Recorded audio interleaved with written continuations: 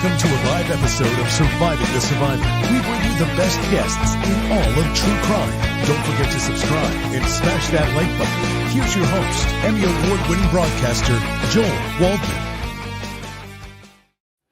What's up, STS Nation, and welcome to another episode of Surviving the Survivor, the podcast that promises to bring you the very best guests in all of true crime. Great Scott, it's your true crime Phil, minus Phil. As we all know, Phil had knee replacement surgery last week, and he's not feeling too well, as I had anticipated, and checked in with him.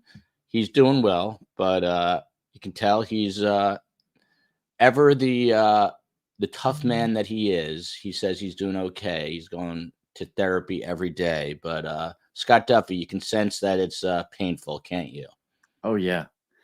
Yeah, Phil is dead. Hey, so our love and prayers are with Phil, and hope he is feeling better each and every day. But yeah, I think his knee got rocked. Yeah. And, and it's only been since Wednesday, so he's coming along. Yeah, he's feeling it. We have Eric Bland on the show, who's the Alec Murdaugh attorney. I think I told everyone he had a knee replacement, and he said it was the most painful thing he has ever experienced. So today, it's just Scott and me. But look who I put back up. I put her back up. Cutout Carm is here.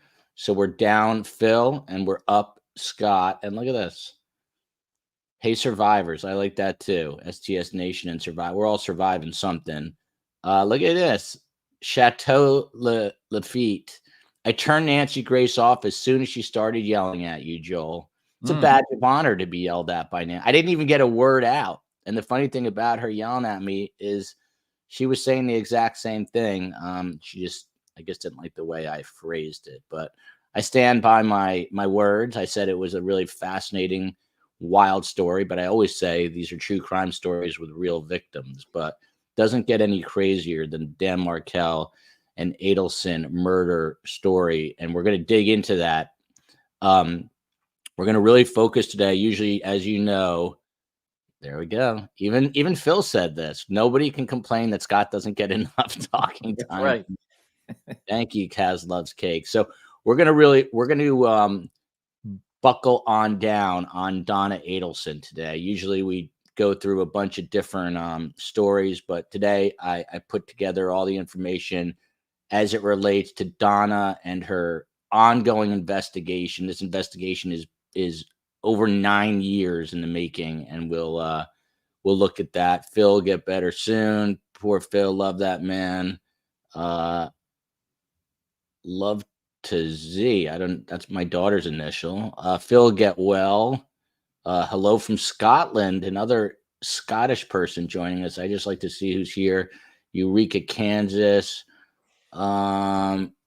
Thank you, Ski Hat Sarah. Happy second day of Hanukkah. Seattle.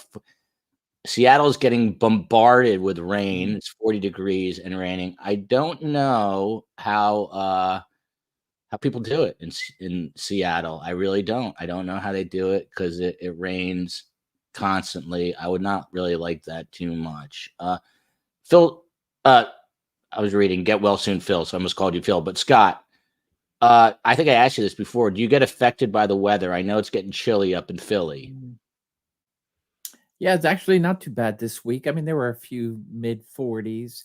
We had a couple of snow squalls, little snow on the ground, but nothing to hide from.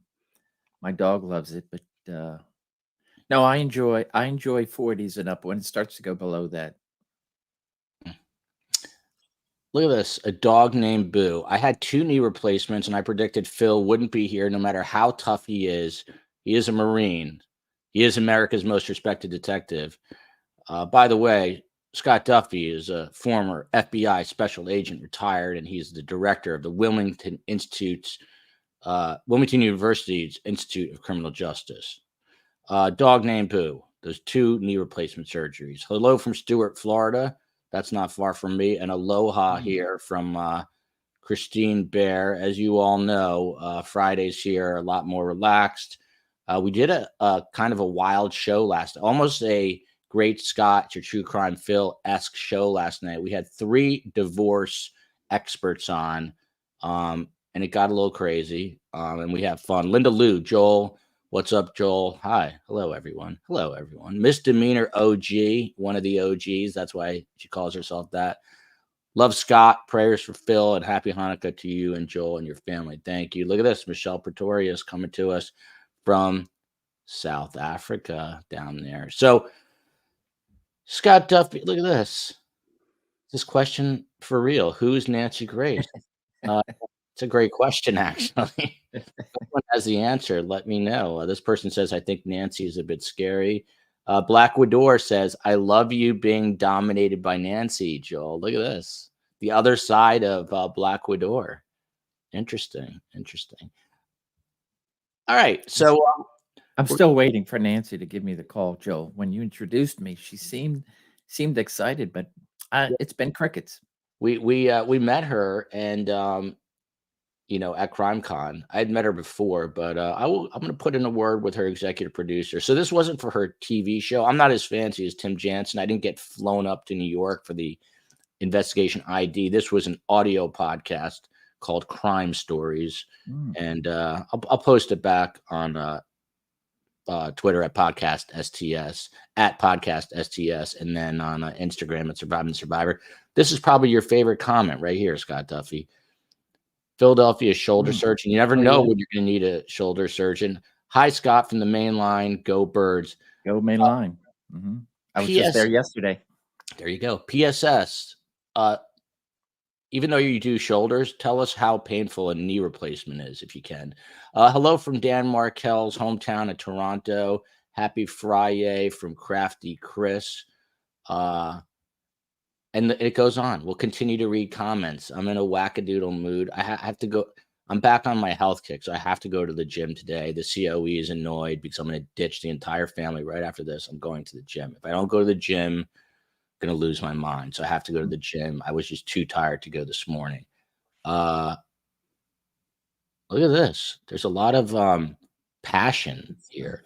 From Barley Hops. Joel, many of us turned off Nancy Grace, many in all caps years ago. I will not watch her ever.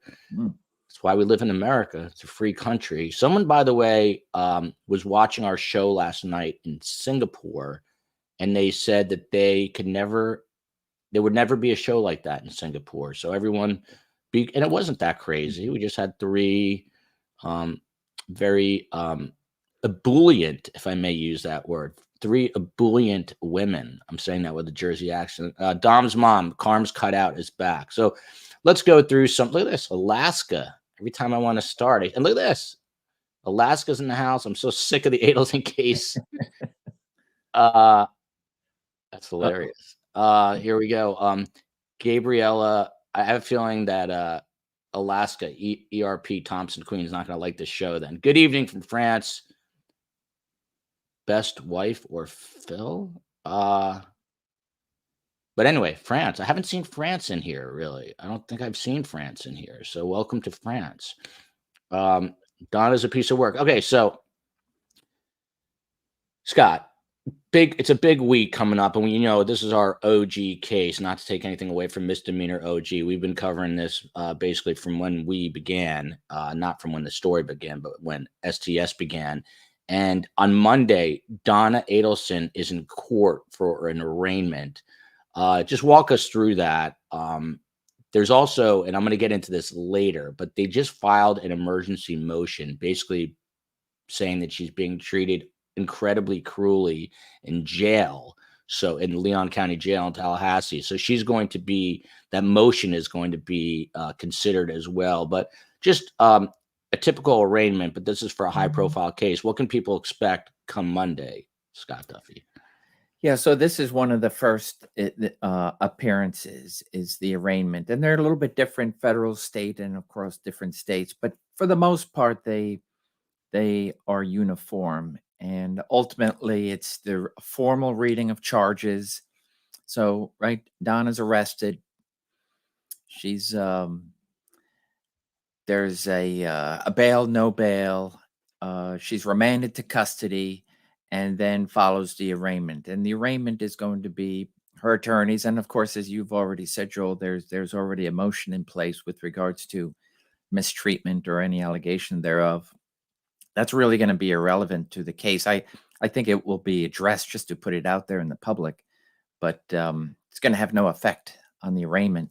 And so it's a matter of formal charges. This is what you've been charged for, a formal plea. I imagine, I've never really even seen in any of my cases or anything that I've watched where anybody has actually pled guilty, even if they intend to plead guilty at an arraignment. It's just not the time or place for it. And so it's a formal arraignment on the charges. It's not and Florida could be a little bit different of whether the prelim is attached to that. Sometimes the prelim, which is like a mini trial. You have the prosecutors putting on their core evidence. Hey, this is how far we got. And ultimately, for any of my prelim hearings, it was just the reading of my affidavit. It is the very bare bones, basic evidence that's purported, and thereby you just have the defense that may try to attack a little bit, but it's not that there will be more of a spectacle because of this case, but for the most part, they are just a formality, and there won't be any decision making. And in terms of how much we will actually hear, there she is, Donna Adelson. Look at this. Christy's coming to us from Tallahassee. We've got Zurich in the house, the Netherlands back to back, and Scott Duffy. This is Space Coast. He runs the show behind the scenes from LA. Good Space Coast. Yeah. And here's Space Coast comment. Will Scott cheer for the Niners? He's a diehard Niners fan in the Super Bowl. What? Why are you even saying that? Yeah, that's what I thought. That's what I thought the response might be. There's Donna Adelson, once in normal clothing on the right.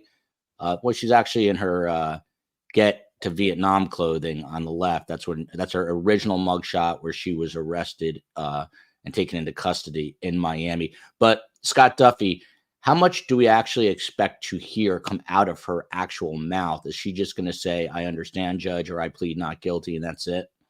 Yeah, it will.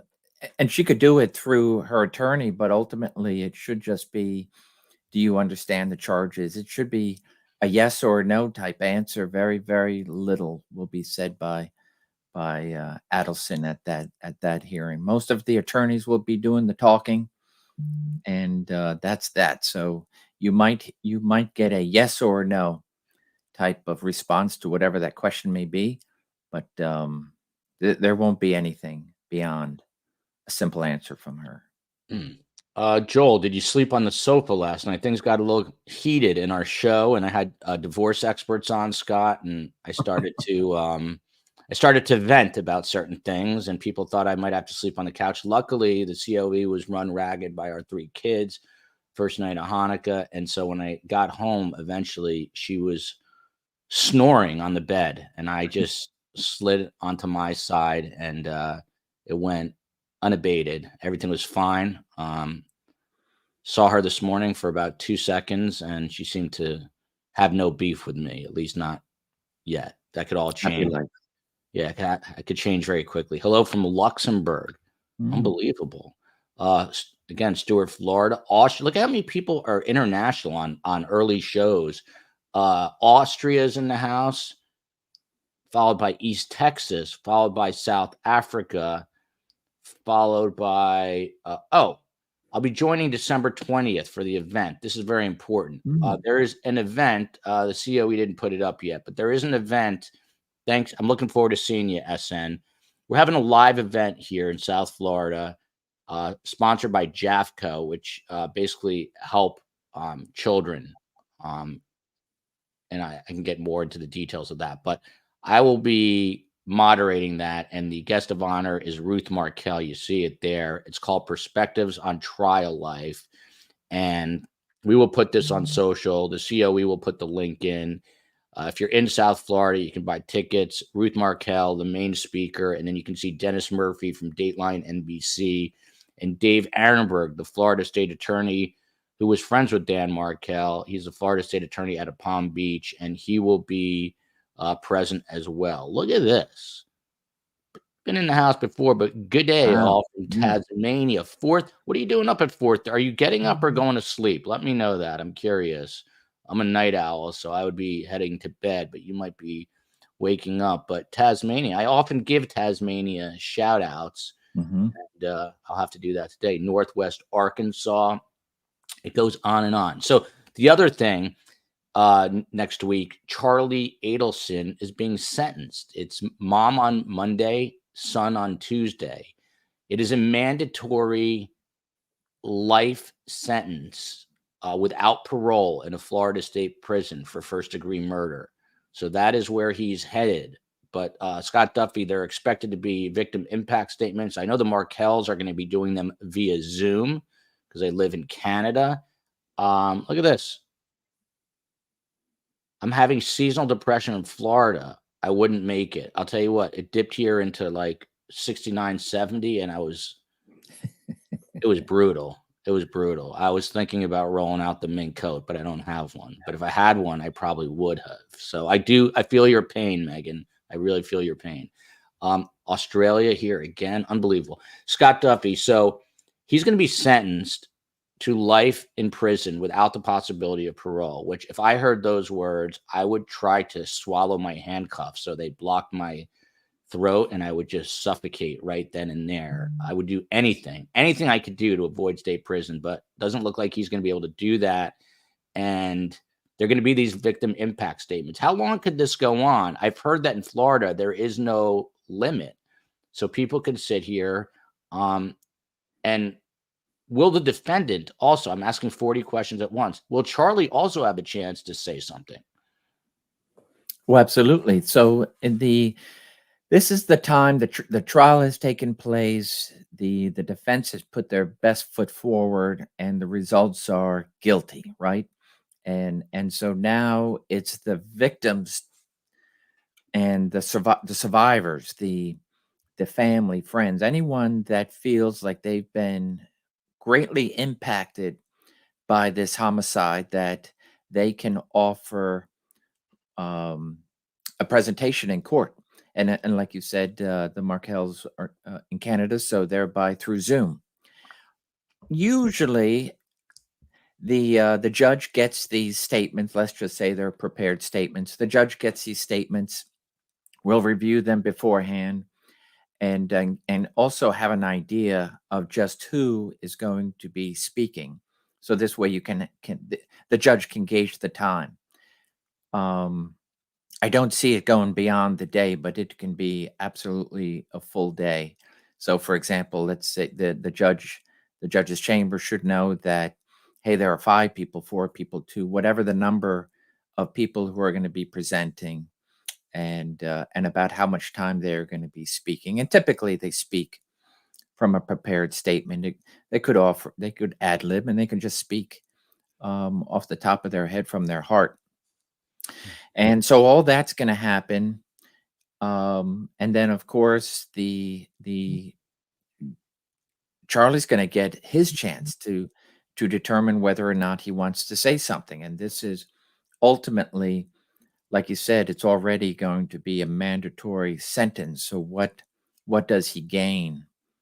There's nothing that the judge can do to, let's say, okay, I won't do it life, but I'll do it 99 plus a day or whatever. So what if he wants to say, hey, I did it, I'm sorry? Is there any chance you ever hear that?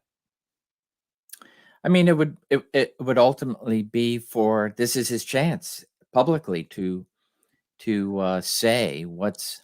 I think hell would freeze over first, but Sure, absolutely. I can tell you that in different types of cases, non-homicide cases, where I've seen the suspect, especially or the guilty party, where they throw themselves on the mercy of the court because there's a lesser sentence that could be provided, and so thereby not only all the victim impact, but then you'll even kind of its formality, even though everybody knows that it's life without the possibility of parole, that the defense attorneys, if Charlie's not going to speak, can say, hey, he's a model citizen.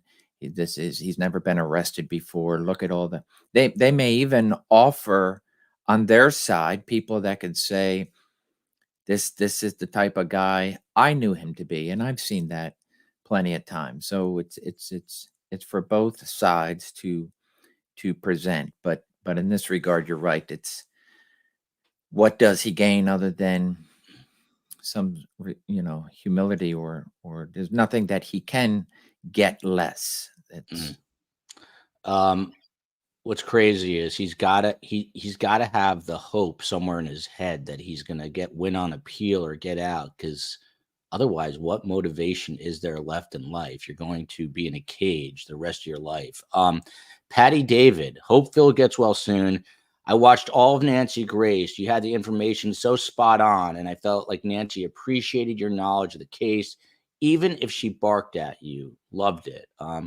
Thank you, Patty. And like I said, it's sort of a badge of honor. I mean, Nancy Grace, they have spoofed her on SNL. She's an icon in American true crime lore, and she yelled at me. So I feel honored. This that's is a a badge of honor. Thank you, appreciate that. Hey Mona, this is fascinating question. I'm glad you asked. Duffy doesn't seem like a complainer type in general. This isn't a question, but I'm going to ask one out of this. Scott Duffy, if you just had your knee replaced, you had a brand new knee, and it was 3 days ago, what would your attitude be? Are you the type would you be, because I would not complain. I'm not you never hear me complain. I would just, I wouldn't call my mother. I wouldn't ask for pain meds. I would just tough it out, because that's the kind of guy I am. But Scott Duffy, are you the kind of guy that would be whining? Would you be whining to your wife that this hurts so much? Or would you just suck it up? Would no one know the amount of pain that you're in? Yeah, I think I would bear this great pain, because I imagine that it takes great pain to keep Phil away, and Phil wants to always have his best foot forward. So, and he's not a complainer. So I would think I'm not a complainer, but I will also submit I'm not so sure I've had that anything near of extreme pain resulting from a surgery or injury. So I've had a few minor things, but I would like to say, even in the extreme pain, I would not. But we'll see. We'll see. So far, I'm gonna have to check with your wife on that just to confirm this. But Phil, for those who missed it, described it. He says he went in, and it's literally an hour procedure. They use crazy equipment, robotics, lasers, and whatever they need to do. And they just rip that old knee out and put a new knee in, and then you're home, and you have to get up and move around on it. And state prison is worse, but knee replacement, I'll take a knee replacement any day over what Charlie's about to do, any day, because that's going to heal. Charlie's ain't never going to heal. Look at this ski hat, Sarah. I have so much to do. Then STS has a show. Oh, well, we like to, I don't know, destroy people here. Joel's on crutches for 3 days 5 years ago. And my kids still complain about his complaining. COE, do we still have? This is one of the funniest stories ever, actually. When we were living in LA, we lived on a small hill. I'd say like an 11-degree angle uphill. And one day, I still have a competitive spirit. Look at this. The Netherlands are here. Holland is here. I love this name for me, Jodel. My kisses to Switzerland. My grandmother is from Switzerland. Lausanne, Switzerland, J. Antonio B. I spent a lot of time in Switzerland, believe it or not, growing up. This is a great question. We'll come back to this. But so Scott Duffy, there's a hill, and you know how a dog gets a burst of energy? Oh, Colleen still has a video. This is great. Okay. I'm going to post this video after I tell you the story on Twitter and on Instagram. So it's not a very interesting story. You know how a dog gets a burst of energy, Scott Duffy? They're seemingly calm, and then they just start wanting to play. So yeah. I was the dog in this scenario. I got a jolt of energy, which I usually never have. And we were at the bottom of this hill, and I told the COE, who's also competitive, that I'm going to beat her ass in this race. We're going to sprint. So we had a race, and I was destroying her. I really was. And 3/4 of the way up the hill, I just hear something pop, and I just dropped to the ground, turned a sheet of white. My mother-in-law was there. She's like, "What's wrong?" Yeah, I was in so much pain that I thought I was gonna vomit right then and there. Like, I just needed everyone to get away, and I was just writhing on the sidewalk. It was all filmed by our friend Colleen, and I lost the race. It was all filmed by Colleen, and after that, I believe I was on crutches for a few days. I didn't tear the hamstring, but it was close. But it was agony. It was horrible. I didn't say a word. I just suffered silently, and that was it. But I do have I have video of that, and you can hear me We screaming. have to see it. Yeah.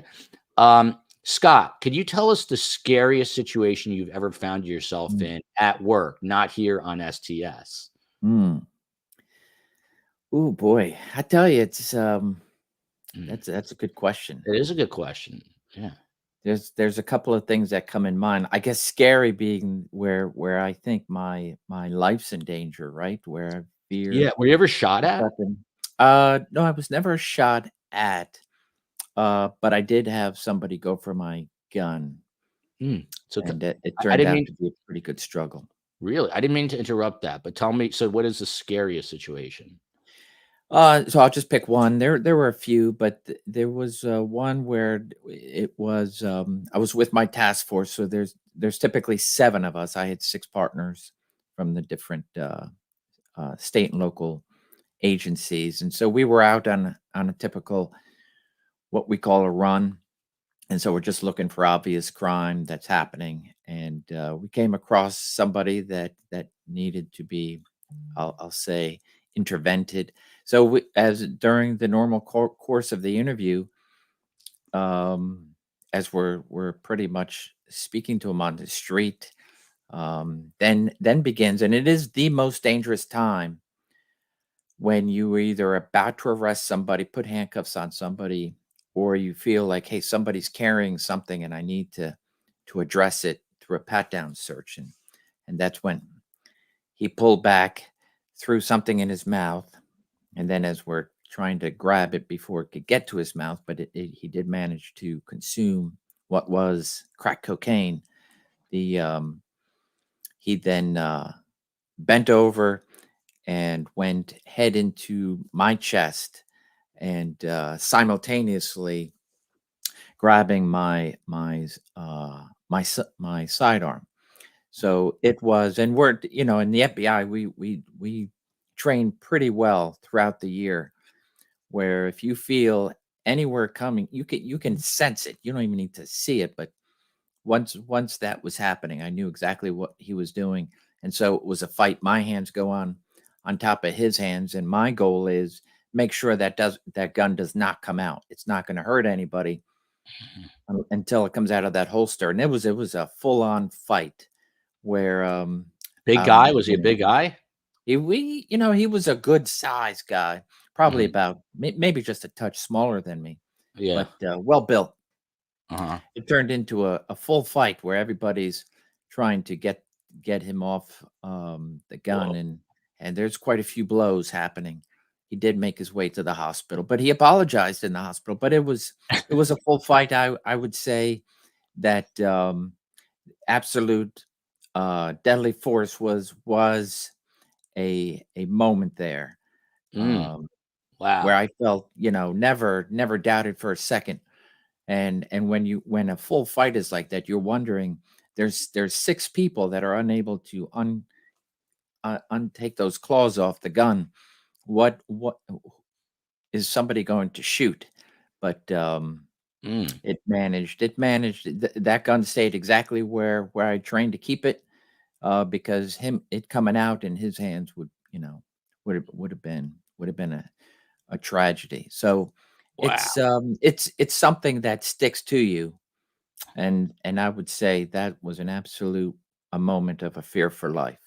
So you just make sure that it doesn't get out. You put your hands immediately go on his hands to keep it in place. Absolutely. Yeah. There's no way, the way my holster is, there's no way that he can do any harm with that gun as long as that gun remains in the holster. Because it's not like he could get his finger and get into the trigger, it's not going to happen. And so at that point, I got to keep my gun secured in its place. So Mm. Um, yeah, this is why you give law enforcement respect. They do some crazy things, deal with crazy people. What was that apology like in the hospital? You said, "Hey, Scott, I'm really sorry about that, about trying to take your yeah. gun." Well, I'll tell you what, and this is, I think Phil and I have talked about it in the interview rooms. It's okay. You fought, but you also got to realize, and the reason why I went to the hospital, he took quite a few blows. Mm, It was a fight for life, but then we do our duty once, because he wasn't handcuffed or anything. He had full use of everything. mm. So once we got him handcuffed, got him subdued, it was then a trip to the hospital to address his injuries, and so then we're doing our job. It's like, hey, no hard feelings here, and we're worried that whatever you consumed is going to get into your bloodstream. You're going to die, Mm. and so we're doing our typical. Hey, it depends how much you ate. So that Mm. was our main goal, and that's when he started to realize, okay, maybe I could die here. So we're taking him to the hospital for the injuries, but also pump his Wow. stomach because you could die instantly Yeah. once a bag of cocaine bursts and then gets into your stream. That's a hardcore way to Wow. go. Wow. A day in the life of Scott Duffy. Hmm. That's I go to CVS and get stuff for the family occasionally. Charnay Venter says, "Can you and Scott do another Rachel Morin show?" It's interesting you bring that up, but we were supposed to do one this past week. I am in touch with the family. Scott's in touch with the family, and we will do one. We will definitely do another one. This is a very busy week with the Adelson uh, story, so we'll get to it. There's also a fascinating story. Our friend Bob Mata at Defense Diaries. His father was the defense attorney for Wayne Gacy, the infamous serial killer, and now Bob thinks that there are more victims. I think he dropped his own podcast, a separate one from Defense Diaries, and I'm going to get Bob on with Dr. Ann Burgess to talk about that. So that might be later next week. I think that'll be really fascinating. Olivia Greenberg, please ask Scott about the bomb that went off in Alexandria this week. I assume this is Virginia and not Egypt, but I did not hear. Scott, did you hear about this? I didn't hear about Yeah, I this. did. I did. I know a little bit about it, but it was and I forget what the warrant, Shout out but to Mish in South Africa. I'm sorry, I just saw her fly by. Go ahead. there was a search warrant being executed on what looked like a pretty nice house in it was either Alexandria or somewhere in that uh, Arlington, Virginia, and as like anything else, when you're there doing a knock and announce, um, and trying to gain entry into a house, that from what I gather, and there's a pretty good video clip, that the subject inside was not cooperating, was not going to come out quietly. And from what I've heard is that there was some sort of flare gun from the inside being utilized, and then the house just blew up. I mean, it was fast and furious, where the you can see the roof get blown off and flames going right into the sky. And from what I've heard, that there were zero deaths as a result, that the guy inside and whoever else survived, and of course the law enforcement on the perimeter survived. So I did not hear what caused it. It looked like some sort of instant, um like, maybe perhaps some sort of gas explosion or something connected, and blew that house apart. Wow. Hi from UK. I just started watching and following your show. It's so much better than your mainstream television. Please preach, Chris. It's crazy. Laugh out loud. It's mad here, but not like that. LOL. Forget mainstream media. Get on independent media. This is independent media. We do it better here. Brianna, friend of the show, always here. Wasn't Rachel's mom scheduled to appear this week? She was. And as happens sometimes, she decided she just wasn't ready to do it. She didn't feel comfortable, and the last thing I'm ever going to do is try to force someone or push them to do it. You've got to, be able mentally to want to do it. And she's obviously going through a lot, but I'm speaking to a lot of her, her children, and we're going to keep it, front and center. We're going to do another show. Just have to figure out the right day. And shout out to Patty Morin, and we are thinking of you. And you still have an open invite. I've already told her this, but she'll come on at some point, I think. Hello from Miami. That's my neck of the woods. So let's get into some of the I wanted to kind of drill down on the investigative side of this. So some of this is very interesting. The day after Donna Adelson's, the day after Donna's arrest, Charlie was convicted on a Monday. The following Monday, Donna and Harvey Adelson are trying to board a flight to Vietnam via Dubai. Dumb move, but they buy a one-way ticket. So that's not going to play very well when it gets to trial, if it does get to trial, because that shows some serious consciousness of guilt, as they say. But the day after Donna's arrest, investigators show up at the Adelson's Miami Beach condo, and they had a search warrant in hand, Scott Duffy. They left with at least 3 electronic devices from Harvey, not from Donna now, but from the husband, Harvey. They had 2, and there's Harvey on the bottom left. They had 2 iPhones, one white, the other a dark gray. This is all in the search warrant, and an iPad. And in the affidavit for one of Harvey Adelson's phones, Jason Newland, he is a longtime investigator with the state attorney's office. Saw him a few times when I was up there for the trial. He writes in the search warrant that having these devices would further the investigation into the communications and actions of Donna Adelson during the crime and of any events related to this incident before the crime occurred. The data may also serve to identify those subjects who carried out the act and the location of any outstanding evidence. Scott Duffy, I know we're looking at the Adelsons here. Wendy on the bottom right, Donna moving counterclockwise, Charlie, and the father, Harvey. The 2 on top are both in custody. To me, this is a massive win for the state, and potentially really damaging to the Adelsons, because they got the devices of the 2 parents, and they're older. And if they're anything like my mother, they're not very adept at technology. Scott Duffy, what is happening right now with these devices? And is it possible that these devices crack this thing even wider open than it already has become over 9 years later? Yeah, the time is a little bit difficult, but just like anything else, especially in some high-profile cases that we've seen unfold in the last few months, what have the police been looking for?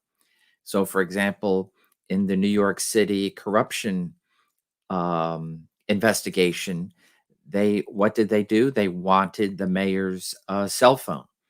And so thereby you have to get a search warrant. And we all know that we keep our cell phones with us pretty much at all times, even in our homes. And so when you want that phone, you have to get a search warrant just like anything else. And that search warrant allows you to seize those phones. And ultimately, law enforcement tries to do it in a way that's quick when they're out in public, because it's basically going to be, hey, we have a search warrant for your home or for your phone. We don't want anything else. Give us the phone. And so thereby the phone is turned over.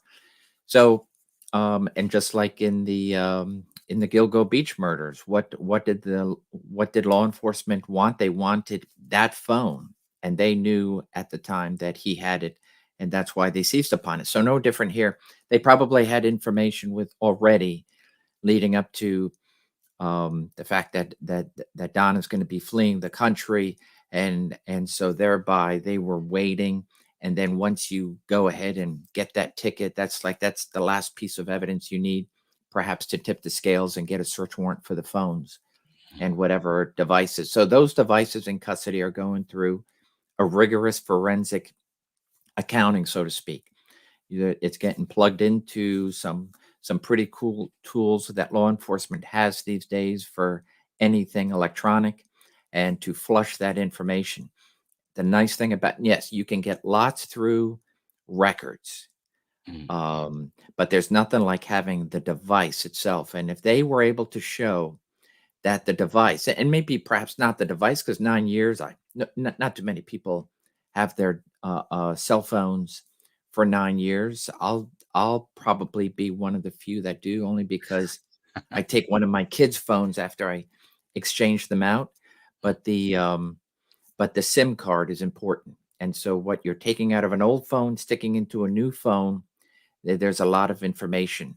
And if they even deleted information, you can recoup a lot of that deleted pictures, texts, emails, etc. One of the things, Through Scott, those is that delays. they were talking, there's always been talk that there was possible communications via WhatsApp. I assume the software has gotten better since 9.5 years ago. Is WhatsApp, is that recoverable? If they would need it to get into Yeah, that? it's a good question, and that's probably why they needed the phones themselves, because this is going back a few years. But when I would participate in some of my colleagues' wiretaps, in other words, I'm there monitoring or I'm there supervising, and so when it's very telling, and that if one person tells another person, and let's say one of those phones is being tapped by law enforcement, I'll be able to learn, hey, uh, if I'm being tapped and Joel, I'm calling you, or you calling me, I may say to you, hey, Joel, not right now, because I may suspect that my phone is being tapped. And I'll say, Joel, would you please go to the WhatsApp? And so I'll direct you there, and I'll say it exactly like that. And then the communication goes cold, right? I can't, it's now gone into a different arena. I can get that information through a series of search warrants and whatnot going to the actual company and providers, but I'm not going to get it real time, because I'm not, the WhatsApp back then had capabilities of circumventing wiretaps. And now, as everything grows technology, so does law enforcement. They're catching up in order to, so for example, hey, okay, so if my phone is being tapped, but not my WhatsApp, which is encrypted in such a way that law enforcement is not able to get that real time, there you can get that through the phone. And so thereby, I'm texting you through WhatsApp. It's encrypted. I'm not getting, law enforcement not getting it real time, but it's on the phone, it's on the SIM, it's in storage. I may delete it, I may save it. Either way, law enforcement can go back so much in time in order to try to get it. So it's still it's still a hope and a prayer that it's there, it's on a SIM card, it's retrievable. It's just not guaranteed. Hmm. Suzette here. We're looking at a picture of Dan Markel, by the way. Can you have Mentor Lawyer on your show? I'm glad you asked. We just reached out.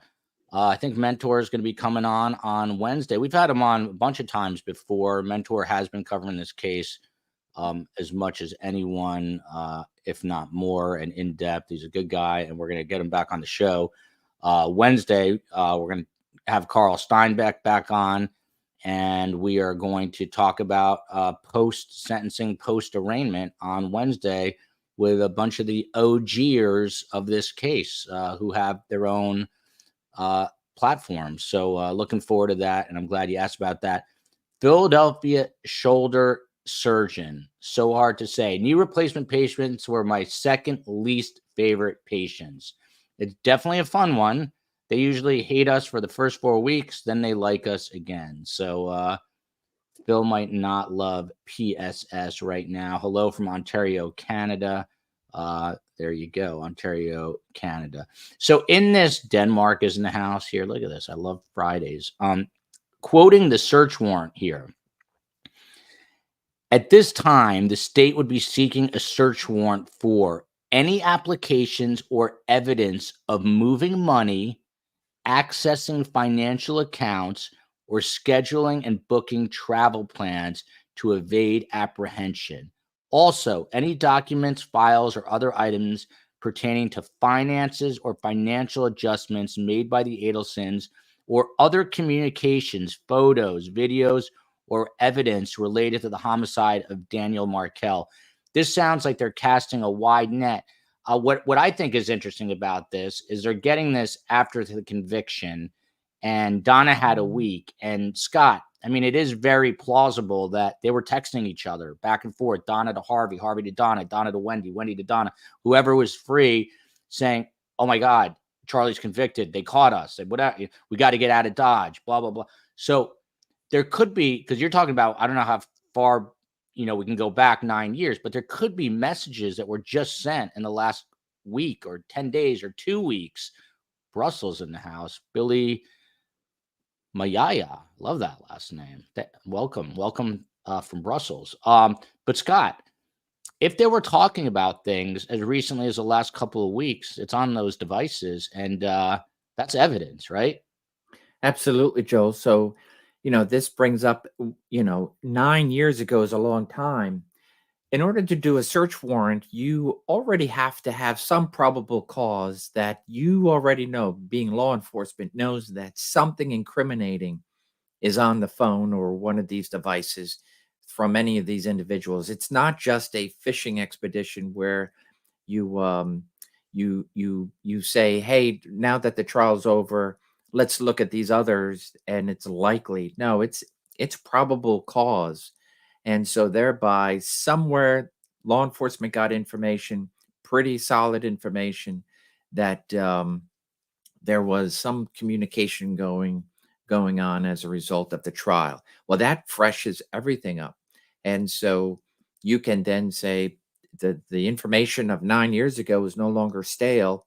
We have evidence to show that they're communicating and perhaps discussing in real time now what might have taken place 9 years ago. For example, and this is just a hypothetical, Donna is worrying that, oh my gosh, he's going to be found guilty. Will law enforcement try to get him to flip against me or anyone else in the family? And so they throw everything up and they start texting and calling and saying, is he going to tell us? Is he going to tell on us? Somebody is provided enough to law enforcement. If law enforcement was already not on actively on one of their devices, and so thereby get search warrant to say, let's get all these devices. We have new information, and there's something incriminating that's on these phones, and so thereby that's why it continues, and good for them for staying on top of that, as opposed to worrying about that after the fact. It sounds like they had a plan in place during the trial to say, hey, we believe already that the conspiracy is much larger than this, and the trial is going to freshen up our evidence in order to get these others that we could not get prior to. For those of us joining us for the first time or midstream and don't know, that this guy is not just any guy in a gray hoodie. This is retired FBI Special Agent Scott Duffy, normally joined by America's most respected Detective Fil Waters, who is recovering from knee replacement surgery. We bring on the best guests. This is not just a man I found on the streets of Philadelphia. Misdemeanor OG says, Joel, I remember when it was you and Carm just chatting. That was the old show. And one time she denied cursing you out. She denied it straight-faced and then started laughing. Scott Duffy met my mother. And she saw the real Carm at times breaking out. And I can assure you she was cursing at me and then trying to cover it up. She likes to play the rarely, but sometimes she'll play the old vulnerable woman act. But I can see right through it. I promise not to mention this again, Joel, COE, but can we give I Am Not T-Pain, one of our mods who we love, the official title of Meme Queen in recognition of her excellent work. From this point on, T-Pain shall be known as the Meme Queen. Hashtag Meme Queen for I am not T-Pain from this moment on. Done. Ask and ye shall receive. Kaz loves cakes. So, Scott Duffy, you were just telling us this incredible story. Someone asked the scariest thing that's happened, and it was a man trying to grab your firearm. We know how that could end up. This is funny. Donna is definitely a prima donna. There you go. Love this channel from South Africa. Love you back. A few people in this chat from South Africa today, including my friend Mish Cavernos, Sally Paolillo. That's a tough one to say. A lot of vowels in there. Scott Duffy, I bring up your gun incident, the guy trying to grab your gun, because when Donna is ultimately arrested in the jetway trying to flee the country, the report says that she tried to pull away from an FBI agent who tried to take her white iPhone. She literally pulled one of these. Ultimately, of course, they got it. I don't think it was probably the same struggle you had with this man that you thought that, that lethal force might have to be used. But what do you think went on there? I mean, is that a typical reaction where you try to take something from someone and they're just trying to keep it from you and you just have to snatch it out of their hands? How do you think that went down? Yeah. So, and this is one of those things where, they're all in the planning stage prior to, hey, we got to go get this phone. And so they're, especially the way phones are designed and all the different carriers out there, the cell phone makers, they're constantly trying to make their phones much more secure. And I can tell you, as having an FBI phone for quite a long time, if we ever felt that our phone was going to be compromised, in other words, it might get into the wrong hands, that with the click of a button, you can have that phone erased. And so I would imagine that they wanted to safeguard that if she knew that my phone is going to be subject to being in the custody of law enforcement, and I know that has bad information that's going to incriminate me, I'm going to do everything in my power to destroy it. So I can easily see that they were told that's the goal. Get that phone before something is done in order to destroy it. Whether, I don't think she would swallow that phone, but easily, hey, I'll break up the SIM card, I'll swallow it, and then see what your forensic devices can do. So yeah, I absolutely, especially, and I think that's even telling. It's probably written in that agent's report that she was doing everything in her power to protect what she knows is going to be incriminating against her and others, and thereby, that, and there's a charge for that. So it'd be interesting. She could be. There are additional charges if you can show that somebody was trying to destroy evidence. By the way, I'm reading the chat. A lot of people coming down on me for outing the COE for snoring. She doesn't really snore, to be honest. Very rarely, as a matter of fact. She's a very quiet sleeper.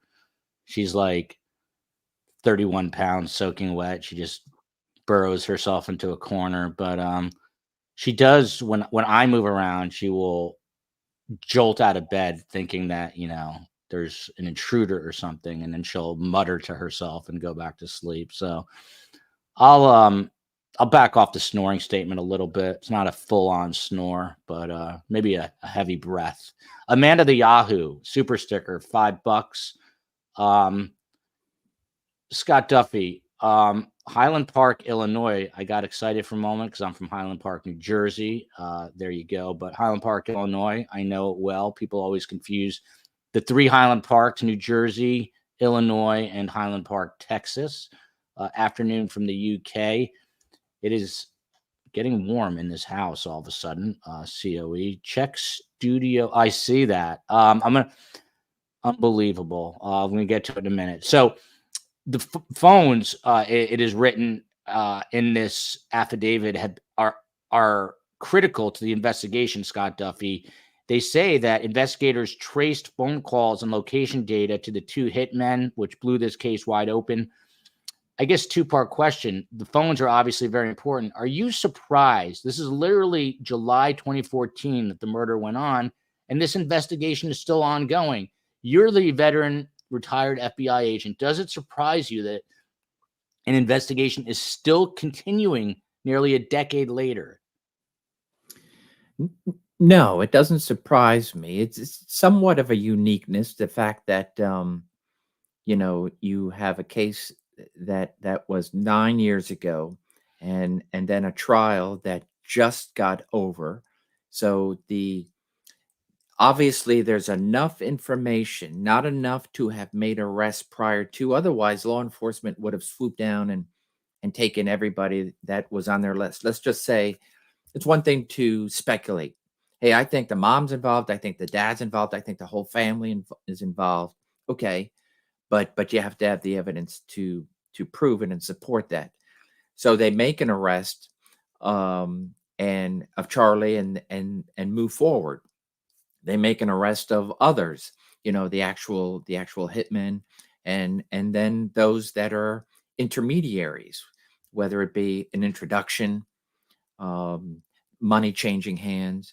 And so is it possible, and my guess is they had this theory, and they had enough to support that theory, that it was a family affair, and so thereby not just a secretive one-off, and so be it. And so thereby they stayed on top of knowing that the trial is going to spur those that are not yet in custody, but are fearing any day that they could be in custody. And so when you are in fear, you are less likely to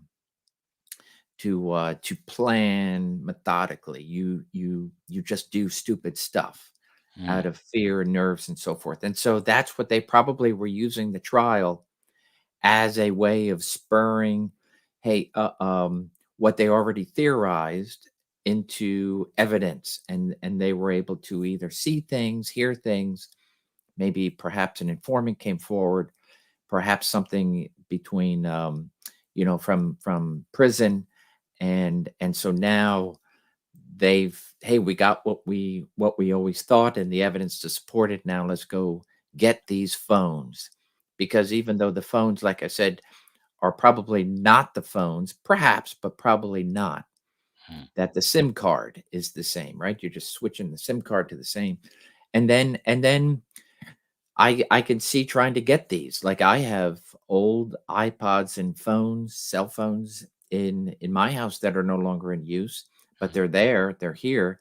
And so if they grabbed onto my phone, they may even want to grab the older. They'll have to show that those devices are still in existence, and then do additional search warrants. But Now, they Scott, obviously. this reminds me, in the Alec Murdaugh trial, they had Paul Murdaugh's phone, and they couldn't figure out the code, the passcode, and they took a lucky guess using his birthday, and it worked. They said otherwise it could have taken years. What about this? Because almost every phone is passcode protected. How did they get into the phone? Yeah, this is why law enforcement is always seems to be one step behind. And I don't remember the names of the individuals, but I remember it because in the FBI this was a big case for us. So let's just choose the iPhone here. Mm-hmm. The iPhone is a great, secure phone. Apple can say this is a fantastic device. Nobody is going to hack your phone. Nobody. And when they mean nobody, of course, they mean those with criminal intent. But those with law enforcement intent, to serve justice, and the phone has been used as a criminal, is a fruit of the crime, or an element of the crime. So you want that phone, and now you take it into custody. You can go up to the individual. Can I have your passcode, or do you have the fingerprint? Whatever it is that you do to get into your phone, and they're not going to comply. They don't have to comply. And so now it's up to law enforcement to use these pretty handy tools to try to crack them, to try to get in. But they've been met with quite a bit of resistance because of the high level of security. So there was a terrorist attack, I want to say was so many years ago, San Bernardino, California. I was Joel, there. that's I was there. San Bernardino terror attack. Yes. 17, I believe, had died. And as a result of a massive shootout where the two terrorists, a couple, are deceased. Now you want their phones. And so you would think, okay, they're deceased. They have no interest to say, don't go into my phone. And so thereby the whole world will be in support of, yes, absolutely, law enforcement should gain access to those phones. Of course, there would be search warrants, but they were so secure they were not able to get into those phones. And phones are designed that if you try 3 different times, your phone is gonna delete everything. It's gonna be okay. We're going into self-protection mode. Somebody's trying to break into your phone, so we're gonna get rid of all the information, right? And so law enforcement has to be wary of that. Went to Apple, and Apple fought hard. Apple said, "We understand this is a tragic and blah. We totally support the idea, but we cannot gain access to that phone without providing a secret. That ultimately, if that information can get into that phone, somewhere along the line, somebody's going to hack that information and then use it for nefarious purposes and then hack into our phone system, which negates everything that we put into all the millions and if not billions of dollars." But the FBI does not just sit around and say, okay, then it's a loss for us. No, this was something they absolutely needed to get into, as it was a terror attack. And what's to say there's not other terror attacks in a larger conspiracy? So they managed to get into that phone, as it takes a little bit of money, a little bit of time, because there's always somebody out there that can say, for a price, I can do bad things to that. But what about, I mean, the Adelsons aren't a terror attack, but what if, I mean, they can't compel them to give passcodes, can they? No, they don't. They can't. No.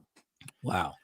And so thereby they technology, law enforcement is always, even though we're one step behind, there are tools being created and utilized to be able to be better at cracking these phones. And so my guess is they will have a better chance of doing that. Look at this.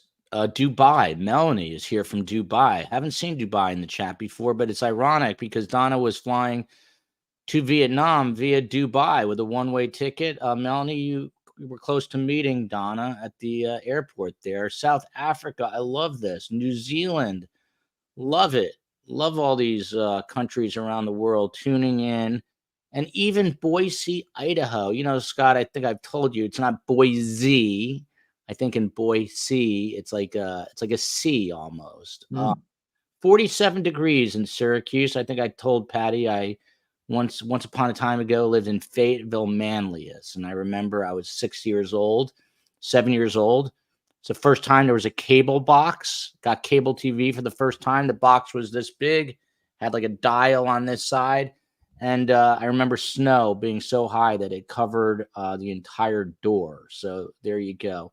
The COE was gracious enough. Let's take, I was telling you guys about one of the most painful moments of my life, and we have video of it. So let's take a quick look here.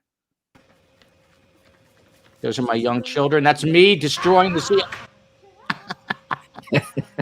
There's the complaining there already. Zizi, don't come close. No, I walked around for a couple moments.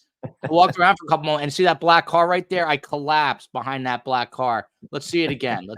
Look how badly I was beating her up this hill as my two kids are cheering me on. Look, I'm destroying her. Look. That's good. I'll play that again. I got to see the comments on this. COE goes, I just had a kid. Yeah, whatever. Someone's saying slow motion, por favor. Mac 19. Mac 19, she sent us incredible designs. I'm going to unveil one of these days. I'm not T-Pain. Look at this. Joel, did you hurt your leg? I think the COE won because she didn't get hurt or collapse. COE, love this. Yes, I was destroying her. I'm told you I'm competitive. When the COE and I first met in Tucson, Arizona, she's like, oh, when I was working in Yakima, Washington as a news reporter, I used to train with the Olympians. The Olympian track guys train in Yakima. And I was like, I'm Olympian level. And I went out and just crushed her. I was around Tucson before she could even get out the door. And this time I was in the lead. Let's just watch this one more time just to see how far ahead I was. Zizi, don't come close. Oh, every time you see something else, you can hear my mother-in-law saying, Zizi, come close. Listen again. This is my mother-in-law. Zizi, don't come close. Who knew that moments later I would be riding? It's been a long, winding road. I love that that's on video. Somehow it is. I don't know. Scott Duffy, this is a beautiful Friday, except we're missing our friend. I am not T-Pain, the queen of meme. She said, I won. I'm ahead at the end. No way. 35 hours on the phone with Charlie Adelson, Scott Duffy.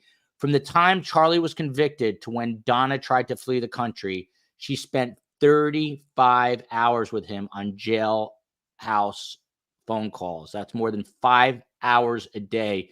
Scott Duffy, every attorney I talked to said it is the dumbest thing in the world to be talking. Look at this. Joel, pick a day, any sport. I'm not postpartum anymore. Bring it. I will crush you in tennis. I'll crush you in any sport. You name your sport. I don't need to name my sport. I've already destroyed you, and I will do it again. No mercy. Thank you for asking, Sarah. Me. I won because I was ahead at the end. Thank you for I don't asking. think the video shows that. I think it showed. And she was very good to go. Was that right at the finish line? Just enough to get past the finish line, then return back to see how you were doing. Zizi, don't come close. Keep going, just enough. Finish that race. Scott Duffy, if you were an attorney and not an FBI agent, would you be nervous for your client, Donna Adelson? Charlie's getting convicted, but would you be nervous for Donna knowing she spent 35 hours on the phone in a jailhouse recorded call, on a jailhouse recorded call? I would be deathly afraid.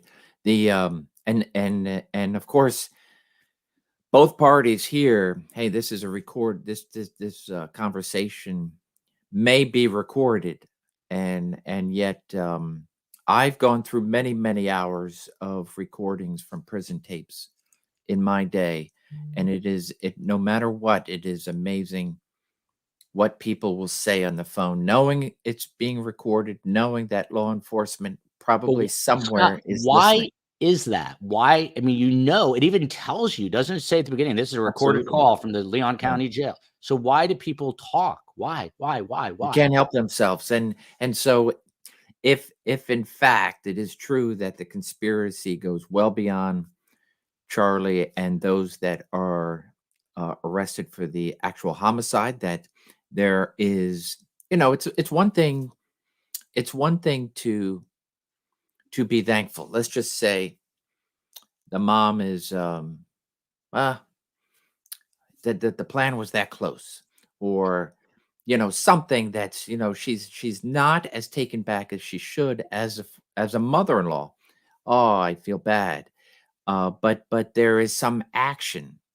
It has to be a criminal action where information has gone through one way or another. She's participated in something, money wise, whatever, and so that's ultimately where this is going. And so instead of just being a very caring mother to say, I hate to see my my son in jail. So much for my son-in-law. I'm sad, but my daughter, my uh, um, my daughter will be better off in the long run. Whatever is going through as a mother, right?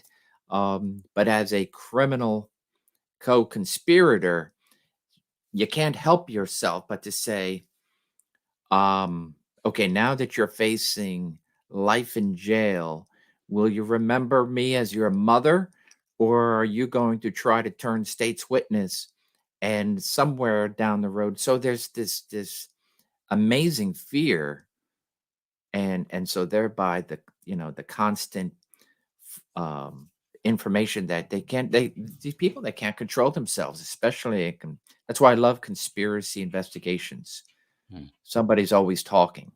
Mm. And Scott, do you think that because there's been a lot of speculation that if a deal could be made, that these Adelsons are going to start to point the finger at each other? Do you think, in your experience with conspiracies, do you think that's going to happen? Do you think this family is going to start to throw each other under the bus one by one? I've seen people who are lockstep, never gonna snitch on each other, and then when they see, for example, it's one thing to know because the statute says, Charlie, you will do life without parole, probation, anything. Mm. So you will die in prison. It's another thing tomorrow or Tuesday, right? To hear that, Mm. where the judge finally hands down that formal sentence, Mm. and that's when it also becomes real. Now, you had said and brought up great points with regards to will he actually make a statement? Will he throw himself on the mercy of the court? Yeah. Probably not. I don't think But he's admitting this, but I'll say this also. Sorry to interrupt, Scott, but I hate saying that because I did interrupt. But um, Charlie and his sister have a very obvious. First of all, they have a brother who's estranged from the family, doesn't talk to the family, and the dynamics of the family is strange. But I know this to be true that Charlie and Wendy, the brother and sister, have a very strained relationship right now. Does that make it more likely that he could flip on her? oh yeah, I mean, and this is what law enforcement's looking for. You're looking for those weak links, Mm. um, and so ultimately, law enforcement wants to make sure anybody that was criminally involved and could have prevented this, um, that they need to pay, and so the investigation's not going to be complete until the last person of the conspiracy is in jail, charged, convicted, and now the family can move on. Mm. Who's left? Look at this comment from Melanie. And believe it or not, my husband's a captain for Emirates Airlines, which is supposed to be the greatest airline in the world. He flew back from Miami approximately 8 days before Donna was arrested on the Aero Bridge, called the Jetway in America, but I like Aero Bridge much better. I told him he could have witnessed this. He sure could have. Surviving the Survivor at gmail.com. If your husband would like to take 3 children, my wife and myself, happy to volunteer us for a quick trip to Dubai. It's supposed to be an amazing airline, Scott Duffy. It is. I flew it to Dubai. You did. How was it? Amazing, right? It's unfortunately, I've heard that when you fly, and I flew first class. Hmm. Was this That for the Federal Bureau of Investigation? Yeah, this Wow. was a unique trip They fly you where first class in the FBI? it somehow resulted in a few of us getting flown first class because Awesome. the government we were partnering with them in opening up a new academy there, and so I went there for a month, and unfortunately, to have experienced that, now I sit way back. That Ouch. must have been So, quite the trip. Little bit. Can we get a fact check with the COE? I will tweet out her statement on this at podcast STS. I will get a official statement from the COE. She knows I won. Scott, may we meet your chinchilla, please, named Chi Chi. I think we have, but Scott, I don't know how it's downstairs, right? Yeah, and so because nobody else is in the house right now, I would have to pawn him off somebody Yeah. because he'll probably stay on my shoulder for a time, but What would he not do if he got off your shoulder and no one's home? Where does he head? he'll so like any other rodent, he'll just jump off and go in circles on the Will he walls. will he like burrow into a By the way, I live in Miami. Every once in a while there will be a cockroach in the house. In a blue moon. It's Miami. It's humid. It's hot. It happens. And when it does happen, the COE she's terrified. It's a family thing. Her mother is terrified. Her mother is terrified of Ethel, who literally will just lick your face for hours at a time. But just the way they are. And when this said cockroach will show up, the man of the house, my 4-year-old son, J Mac, he's usually summoned to go grab it and throw it out.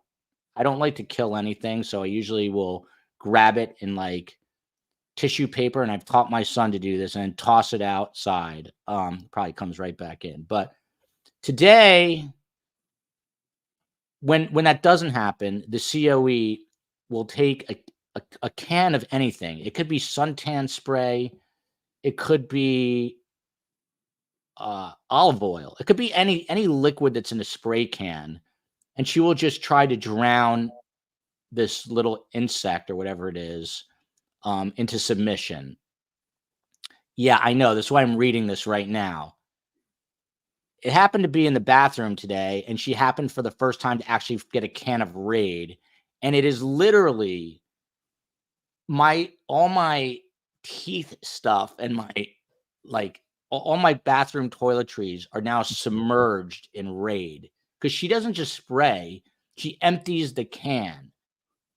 And I'm enraged about this. Now that I'm getting enraged now that I'm talking about this. Like, a little spray I can understand, but it also happens, every once in a while, like under their fridge or something, and she will unload like a bucket of water or whatever to try to drown this thing. And then I come home and I go, fine. But today it was on our bathroom counter, and now my toiletries, and she had Raid this time, and now my toiletries are literally submerged in Raid. So if you never see me again, Scott Duffy could be a fake cockroach. I'm going to check now. Could be a rubber cockroach, although I think I flushed this down the toilet because it was dead already. This could be a ploy to end my existence. So if anything happens to me, everyone who's in this chat just heard why. I would have to buy new toiletries. I think I'm going to have to do that myself. Yeah, I can't risk it. We don't need the next show. Yes, the next show might be about the two of us, and I hope that it is not. Moving right along, Scott Duffy. Basically, these jail calls, just to round this out, she was talking about fleeing the country, which in fact we know she tried to do. But then lastly, onto this emergency motion. We're going to finish just on time, Scott Duffy. This is sort of serious. And look, people are out for blood here, and I understand that too. And they want Donna Adelson to suffer. But there was an emergency. What use is her phone? They already have text. That's a good question. But Scott, I mean, you can always glean more information, right? I mean, having more is always better than having less, except for when it comes to Raid, right? Right, Scott? When it comes to an investigation. Yeah, there's plenty more information that's on the phone, and you can get things through the provider, through another phone, but then to be able to have the other phone would be great to kind of finalize that picture. But also there could be things that they're going to stumble across that they did not imagine would be there, and will be a bonus for law enforcement. Correct. Highland Park, Michigan as well. So Scott Duffy, this emergency motion says that while Donna was at Turner Guilford Night, which is a notorious jail in Miami-Dade County with the worst hardened criminals you've ever seen, Donna was placed in a psychiatric unit because of the charges against her. She was placed in an isolation cell with a small sink, mattress on the floor, blanket, and the toilet. Donna did not have access to any clothes, cups, silverware, books, blankets, or toiletries, and she was only permitted to shower one time. Now, Scott Duffy, this is jail. What I just read to you, does this sound like inhumane torture, or does this sound like it's just standard operating procedure for jail? We're looking at what happened to her right here. Yeah. So take that exact same, she's provided the psychiatric unit because of look at the difference of lifestyle. So you're going from one lifestyle where pretty much you had everything at your fingertips to absolutely nothing. So that's why that's customary for someone of a higher stature, and so it's just a little bit more monitoring, etc. So it's just this is life in prison. It is not inhumane, but it is absolutely different from the life that someone like Donna and any other type of criminal in that regard goes from one extreme to the next, and then take those same circumstances where you may arrest somebody who does not have that type of lifestyle, who may be living on the streets, and look at that as a bump up because now they have shelter, they have food. So I've seen it go both ways, and it's just amazing when somebody has a true fall from grace, when you do have so much, and then you allow whatever it is inside you to commit such a horrible crime, and then this is life. This is life in prison. And it seems like Donna needs to get used to that. By the way, Scott, I don't think you saw it, and if no one else saw it on our YouTube channel, the COE and I did a Adelson, South Florida family tour. We went to all the spots, and they were living in the Icon, which is starts at about $1.5 million, $2 million, right in the heart of South Beach. So that's quite the contrast to life at TGK and now the Leon County Jail. Mandy Strong with a super sticker here. Can the state offer the maestro, who is Charlie Adelson, a post-conviction offer to flip? Scott Duffy, I know you're not an attorney, but you've been in many courtrooms. Is this a possibility? Yes, it is. But what does that mean? Not knowing enough about Florida statutes. So if you have life without any possibility of parole, there will be no getting out. Then you can start to offer, what can you offer? For example, what can I get in prison that I otherwise would not have access to? Could I change prisons? So there are those things that could be in place. For example, move from one prison that you were going to be destined to another prison. You might get a few access to things in prison, the commissary and whatnot, to make your life just a little bit easier. So those type of things absolutely can be offered and are offered as a possibility. I have to get Scott off of here in about 6 minutes, but we're basically at the finish line, so to speak, after saying this. Joel, you run like a girl from Big Gum. Nice name, Big Gums. You run like a girl. You don't sprint heel toe. That was hard to watch. Let me tell you something. I ran track in high school for one semester, I guess, or one half of the year. Try giving birth 3 times in 4.5 years. Oh, she always says this. Try racing your spouse uphill 2 weeks after the third birth, rescheduling the rematch. No excuses. I will crush you. Again, I have to stretch, though, this time. Big Gums. So I ran. Admittedly, I wasn't the fastest, but I will never forget Steve Jennings, our track coach, saying, Waldman, you have one of the best strides I've ever seen. And I do. I have a good stride. So Big Gums, back right off. Jocelyn, oh my God, those Florida roaches are the size of a house cat. Ew. By the way, you guys all know the COE's nickname. I don't call her real name. Her nickname is Bugs because she's got big, beautiful eyes. I gave birth twice in 1 year. Wow. Is that possible? The COE Irish twins. Irish twins. Wow, that's crazy. The bugs in northern Australia are so big you can saddle up and ride them. Yuck. So very quickly, in the where is it? Basically, during her transport, Scott, she said that she was dehydrated and they didn't pay any attention to her on this very long drive. She needed to go to be checked out by medical. And then here at the very end is what's important here. She requests to be released on house arrest, coupled with standard conditions of pretrial release. She wants to go home. It ain't happening, Scott Duffy, right? I mean, she's a flight risk. She's high profile. She's in there for murder. Chances are her from 0 to 100, 0 the least, 100 the most. What are her chances of being let out on home arrest? Yeah, her chances aren't good at all. And they'll use that very aspect of her being arrested while trying to flee. There's no bigger threshold to get over.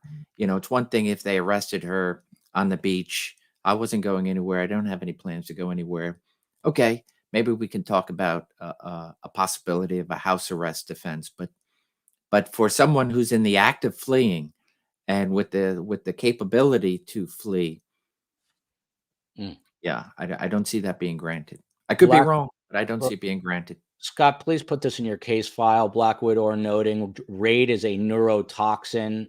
Taking the COE's portrait off the side of my house. Tut tut. It's funny. Black Widow, she speaks English, but to me, it's almost like a foreign language, and I mean that with all love. I actually love the way she speaks, but sometimes I have no idea what the hell she's saying. Someone's asking Scott if next week if you can bring Chi-Chi the chinchilla to please have. Is it a he or she? He. I'll make it happen. Yeah, they want him. Do you think Phil shows up next week, Scott? Yeah, I Phil's 2 days, right? Wednesday. Yeah. Almost 3 days. He's remember, Joel, he was texting us. Yes. And the texts were readable. I was expecting like a bunch of gibberish, but he was texting us I think within the hour after his operation. It was amazing.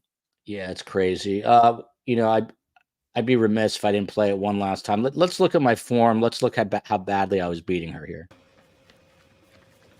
Look at that form. What are you talking about? My R's are pumping. It's stride.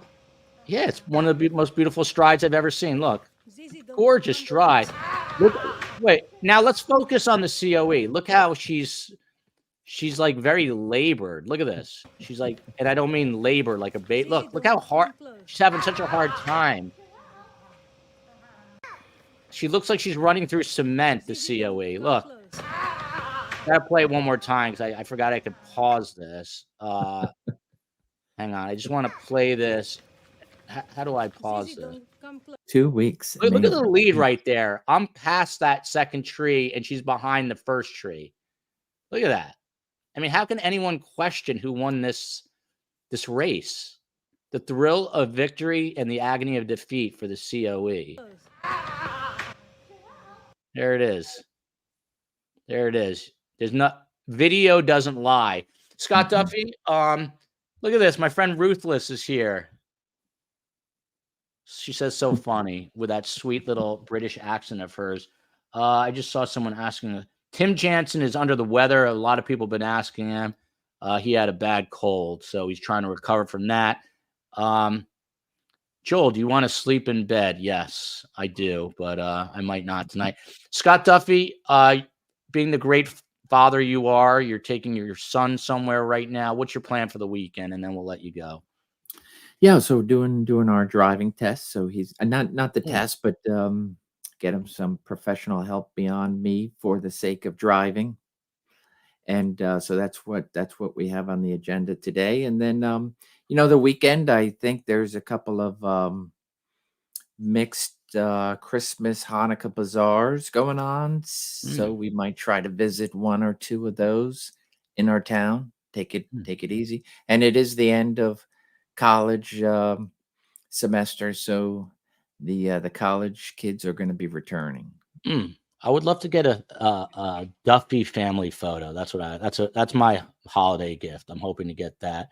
Joel, I'm only 5'4", and with a bad knee, I could have beat you. Well, that's what you're doing right now, Jocelyn, is you're putting down the COE indirectly because I crushed her, and you're saying that you could beat me. So I'll let the two of you go at it.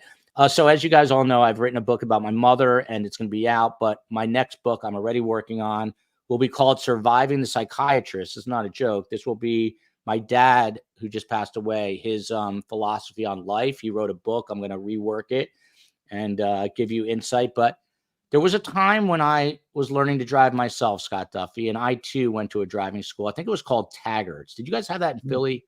Taggart's? Doesn't ring a Taggart. bell. Oh, Jersey, it's a big thing. TAG. I don't know how I remember that. Taggart. But long story short, my dad is a very funny, very dry sense of humor, very witty, but he is very quirky too. Like he would leave Post-its all over the house, and he always used the word kindly. So he would say, kindly turn the lights off. And I do that now, except I don't use the word kindly. I scream at my kids. I say, lights cost money. Turn off the lights. But when he taught me to drive, he hated when I stepped on the brake. He didn't like me wearing out the brake pad. So I can remember driving down North 8th in Highland Park, New Jersey, and having to turn right, and I'm practically on two wheels because my dad is telling me, do not wear out the brake pads. So I'm just trying to do it on the accelerator. What a time it was. He also taught me to ride a bicycle, and he decided it'd be a good idea. This was in Syracuse, New York, to let me down. Someone just said Taggart is a bad word in Tallahassee. It probably is, but it was a driving school in New Jersey. Anyway, my dad taught me how to ride a bicycle. He took me to the top of the tallest hill and let me go, and it didn't end well, Scott Duffy. You'll have to read the book for that one.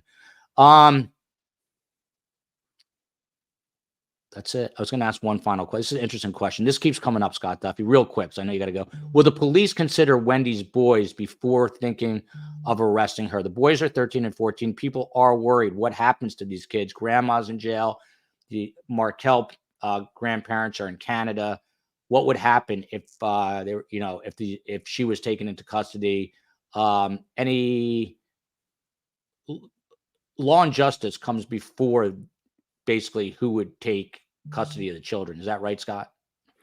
Yeah, that won't affect whether this person, if they're involved and the evidence is there, they're going to be arrested. And it's I've seen that time and time again where they don't think of what's around them, their loved ones and children who still need them. And so that's not a get out of jail free card excuse, unfortunately. But there are other family members, and the state will ultimately try to ensure, if it comes down to it, that the kids will be with somebody as opposed to going to a foster home.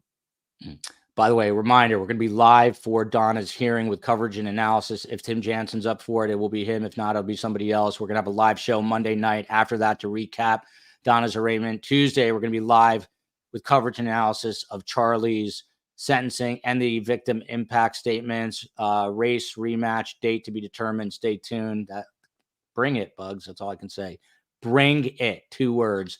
So we're going to have live coverage of Charlie Adelson on Tuesday, and then a Charlie Adelson show Tuesday night. And then on Wednesday, we're going to gather up all the OGs of the Dan Markel story, and we're going to do a show, #justice for Dan Markel, as we head into the holidays. Until next time, love you, America. Love you, Dubai. Love you, Philadelphia, the Commonwealth of Pennsylvania, Delaware, Tasmania. Who else was in the chat today? Scotland. France was in the chat. There was some other. Austria, Tasmania, Austria. There's one other one. I can't think of it, but love you all. Justice for Dan Markel. Till next time. And by the way, I'm going to get hate emails saying Scott didn't get enough talking time today. Till next time.